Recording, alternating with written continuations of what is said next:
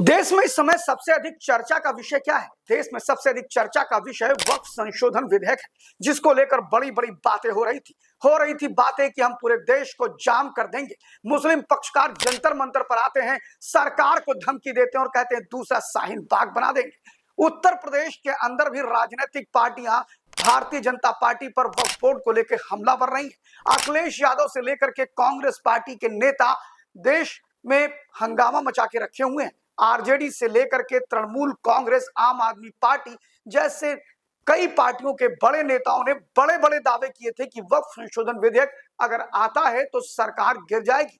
कई यूट्यूबर जो इन्फ्लुएंस करते हैं, मुसलमानों का पक्ष लेते हैं और इसके अलावा अगर बात करें तो वो खबरें देते हैं जिसका आधार ही नहीं होता है। ऐसे अनेक यूट्यूबर जो 2024 के चुनाव में के बाद ये कहने लगे थे कि महज हफ्ते भर की है मोदी सरकार, महज 2 महीने की है मोदी सरकार, महज 4 महीने की है मोदी सरकार, और करते करते मोदी सरकार अपने 1 साल पूरे करने वाली है। आपको बता दें कि ऐसे यूट्यूबर्स ने कहना शुरू कर दिया था कि अब सरकार गिर जाएगी, टीडीपी छटक जाएगा, जेडीयू छटक जाएगा, सरकार के पास बहुमत नहीं होगा।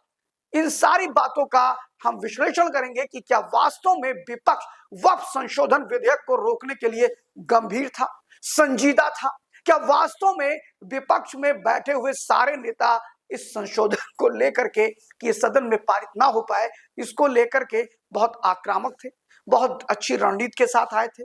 तो इसका सारा हम पोल खोलेंगे, खुलासा करेंगे कि विपक्ष के लोगों ने किस तरह सत्ता पक्ष का साथ दिया, बेवजह हंगामे किए, और ये हंगामे भी दिखावटी थे। यानी कि मुस्लिम वोट बैंक की जो पॉलिटिक्स करते हैं, अपीजमेंट पॉलिटिक्स करते हैं, उनको संतुष्ट करना मात्र था। अब इस पे हम एक एक बारीकियां आपको बताएंगे। नमस्कार, मैं शिव, आप देख रहे हैं लाइव यूपी न्यूज़ 24।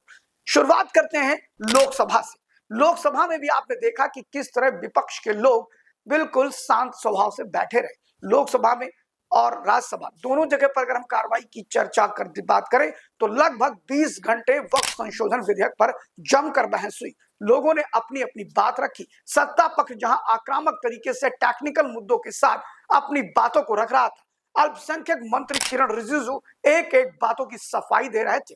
फिर चाहे वो गैर मुस्लिमों को वक्फ बोर्ड में रखना हो, फिर चाहे वो जिला अधिकारी और सुप्रीम कोर्ट का रास्ता दिखाना हो, फिर चाहे वो उसको सीधे डिस्क्लाइज फॉर्म पे लेकर के आना हो, ऐसे कई मुद्दे थे जिनको एक एक करके, जिन पे आपत्तियां थी विपक्ष को, जिन पे आपत्तियां थी मुस्लिम पक्ष को, उन सारी बातों को वो बड़ी दृढ़ता के साथ, बड़ी प्रमुखता के साथ और अपने टेक्निकल इश्यूज के साथ बता रहे थे।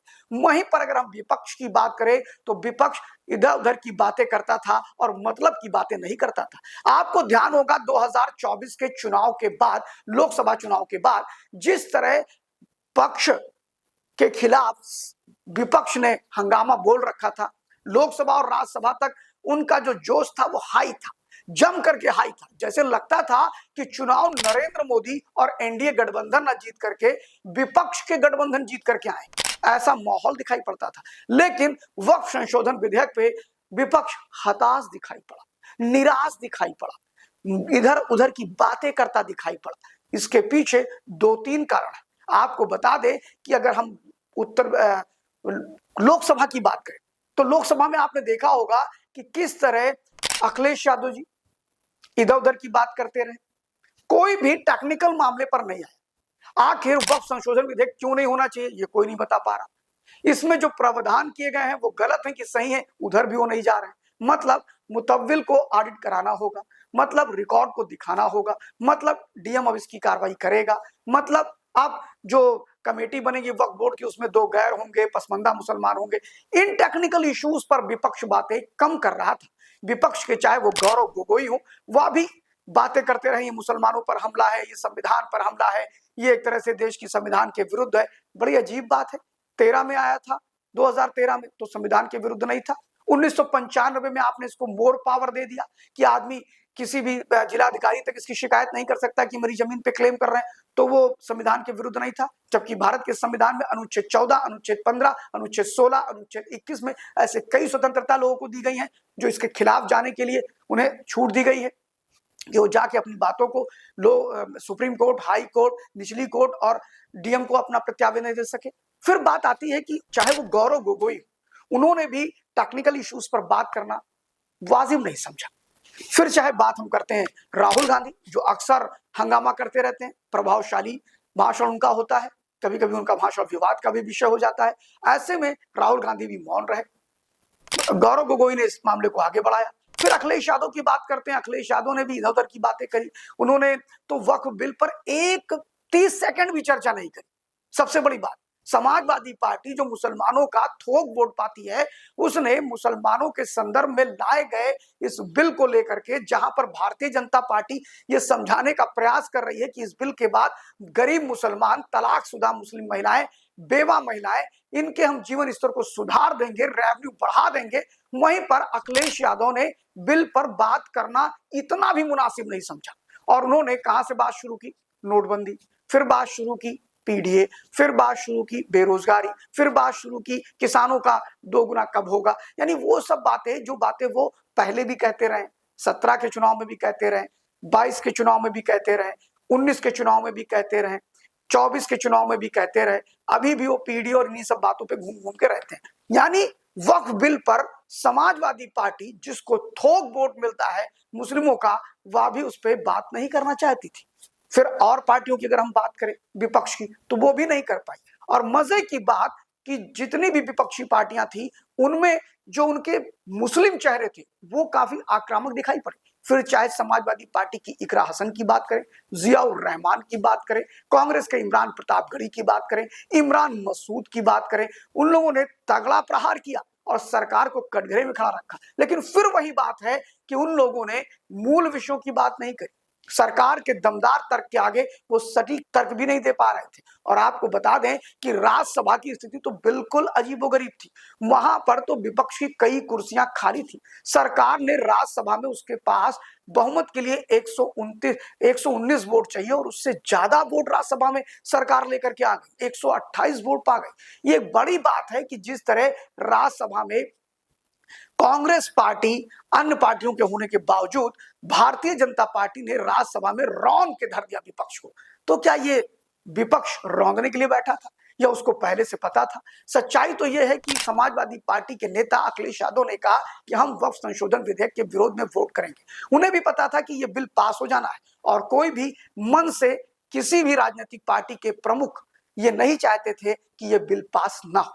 उसका कारण था कि उनको भी पता था कि वक्फ में बड़े घोटाले होते हैं, जम के घोटाले होते हैं। एक तरफ वो मुत्तवली और रसूखदार मुसलमानों के को भंजन भी नहीं बनना चाहते थे और वो ये भी नहीं चाहते थे विपक्ष के लोग कि ये जो रसूखदार मुसलमान वक्फ बोर्ड पर कुंडली जमा के बैठे हुए हैं, लाखों करोड़ों रुपए का वारा न्यारा कर रहे हैं, वो बच जाए। इसलिए विपक्ष के लोगों ने एक तरह से बनावटी हंगामा शुरू कर दिया, दिखावटी हंगामा शुरू किया, जिसे उन्हें पता था कि हमारे वोट के बाद भी कुछ नहीं होना है। और देखा जाए तो पूरे का विपक्ष खंड खंड में बटा हुआ था, अलग अलग बातें हो रही थी। और यही विपक्ष और खासतौर संजय सिंह जो आम आदमी पार्टी के नेता है, वो लखनऊ में रोजा इफ्तार करने आए थे। रोजा इफ्तार करते हुए 30 तारीख को उन्होंने कहा कि जैसे ही ये संशोधन विधेयक पटल पर रखा जाएगा, वैसे ही मोदी सरकार गिर जाएगी। बड़ी हंसने वाली बात है।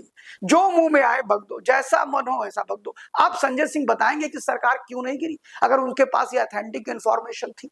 फिलहाल संजय सिंह हो या फिर चाहे वो यूट्यूबर्स हो, फिर चाहे वो और लोग हो, जो लोग टकटकी लगा करके टीडीपी और जेडीयू को सोच रहे थे कि ये साथ नहीं देंगे और ये बिल पास नहीं हो पाएगा, उनको वहां भी मुंह की खानी पड़ी। जेडीयू के राजीव रंजन सिंह ने वो जोरदार हमला विपक्ष पर किया कि तिलमिला गए ये लोग, और आखिर अखिलेश यादव को कहना पड़ा कि कल तक तो आप हमारे ही साथ थे, आज उधर चले गए। फिलहाल आपको बता दें कि जिस तरह मनोरंजन का माहौल लोकसभा और राज्यसभा में दिखाई पड़ा, उससे एक चीज तय है कि विपक्ष के ज्यादातर राजनीतिक दलों के प्रमुख की भी मंशा थी कि यह बिल पास हो, उसको अपोज किया जाए, सार्वजनिक रूप से अपोज ना किया जाए, लेकिन इंटरनल उसको सपोर्ट किया जाए। और ऐसे में अगर देखा जाए तो आंतरिक रूप से विपक्ष की मौन सहमति थी कि यह बिल पास हो जाए। इसीलिए आपने देखा कुछ चुनिंदा सांसदों को छोड़कर बहुत ज्यादा बोलने वाले लोग नजर विपक्ष से नहीं आए। टूटा टूटा, उदास, उखड़ा, पस्त और एक तरह से ध्वस्त विपक्ष दिखाई पड़ा लोकसभा और राज्यसभा में जब वक्फ संशोधन विधेयक सरकार लेकर के आई। आप भी बताइए कि मेरी यह समीक्षा आपको कैसी लगी, क्या मैं गलत बोल रहा हूं या सही बोल रहा हूं? कमेंट बॉक्स में आकर के अपनी राय जरूर दीजिएगा। देखते रहिए live 24। Thank you very much.